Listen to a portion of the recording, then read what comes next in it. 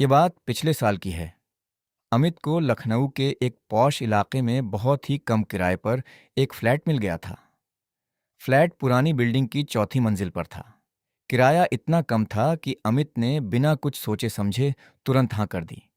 Shift होने के पहले ही दिन सोसाइटी के गार्ड ने अमित को चाबी देते हुए झिझकते हुए कहा था, साहब, इस फ्लोर पर आपके अलावा कोई नहीं रहता।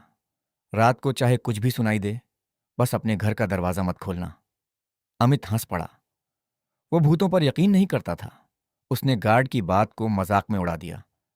शुरुआत के 2 दिन सब कुछ सामान्य रहा, लेकिन तीसरे दिन रात के ठीक 2:15 बजे अमित की नींद अचानक टूट गई। बाहर के मुख्य दरवाजे पर कोई कुंडी खटखटा रहा था। अमित चिढ़ते हुए उठा और दरवाजे के पास गया। उसने दरवाजे पर लगे आई होल से बाहर झांका। बाहर पूरा कॉरिडोर अंधेरे में डूबा था, लेकिन वहां कोई नहीं था। अमित को लगा शायद कोई हवा का झोंका होगा या उसका वहम। वो वापस आकर सो गया। लेकिन अगले दिन फिर ठीक उसी समय, रात के 2:15 बजे, वही आवाज आई। इस बार दस्तक थोड़ी तेज थी। अमित ने फिर बाहर देखा, लेकिन कॉरिडोर में दूर दूर तक कोई नहीं था।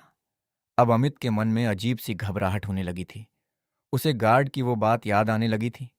इस रहस्य का पता लगाने के लिए अमित ने एक तरकीब सोची।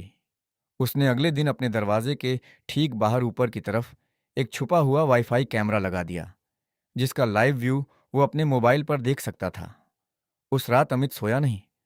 वो बेड पर बैठकर अपने मोबाइल की स्क्रीन को घूर रहा था। समय हुआ रात के 2:15 और तभी दरवाजे पर अचानक बहुत तेज और हिंसक दस्तक हुई। अमित का दिल जोर से धड़कने लगा। डर के मारे उसके हाथ कांप रहे थे। उसने तुरंत अपने मोबाइल में कैमरे का लाइव फीड ऑन किया। जैसे ही उसने स्क्रीन पर देखा, उसकी आंखों के सामने अंधेरा छा गया। कैमरे के फुटेज में दरवाजे के बाहर एक खौफनाक, उलझे बालों वाली औरत खड़ी थी। उसका चेहरा पूरी तरह से झुलसा हुआ था। वो पागलों की तरह अमित के दरवाजे को पीट रही थी। अमित डर के मारे चीखने ही वाला था कि तभी कैमरे की स्क्रीन पर उस औरत ने अचानक अपना सिर घुमाया और सीधे कैमरे के लेंस की तरफ देखने लगी, मानो उसे पता था कि अमित उसे अंदर बैठकर देख रहा है। वो औरत कैमरे को देखकर बेहद डरावनी मुस्कान मुस्कुराई और फिर उसने अपने हाथ में पकड़ी हुई एक चाबी दिखाई। वो चाबी अमित के ही फ्लैट के दरवाजे की दूसरी चाबी थी। अमित के होश उड़ गए। कैमरे में दिख रहा था कि वो औरत अब कुंडी नहीं खटखटा रही थी, बल्कि वो अपने हाथ की चाबी को धीरे धीरे अमित के दरवाजे के ताले के अंदर डाल रही थी। ताला खुलने की आवाज आई। अमित ने जैसे ही मोबाइल स्क्रीन से नजर हटाकर अपने कमरे के दरवाजे की तरफ देखा, उसके कमरे का हैंडल धीरे से नीचे की तरफ घूम रहा था और बाहर कॉरिडोर का अंधेरा उसके कमरे के अंदर दाखिल हो रहा था। अमित के होश उड़ गए। कैमरे में दिख रहा था कि वो औरत अब कुंडी नहीं खटखटा रही थी, बल्कि वो अपने हाथ की चाबी को धीरे धीरे अमित के दरवाजे के ताले के अंदर डाल रही थी। ताला खुलने की कड़कड़ाती हुई आवाज आई।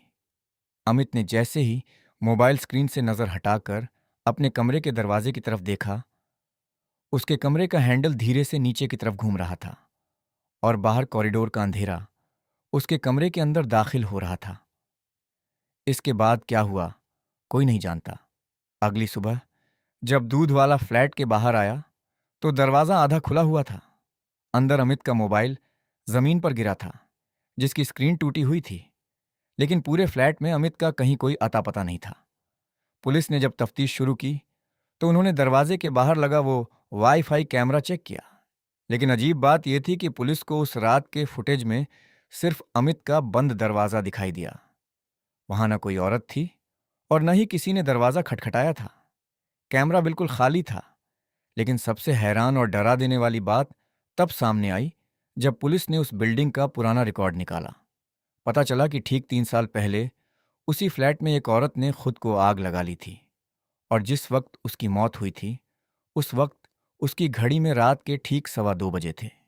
अमित आज भी लापता है और उस चौथी मंजिल के फ्लैट को हमेशा के लिए सील कर दिया गया है।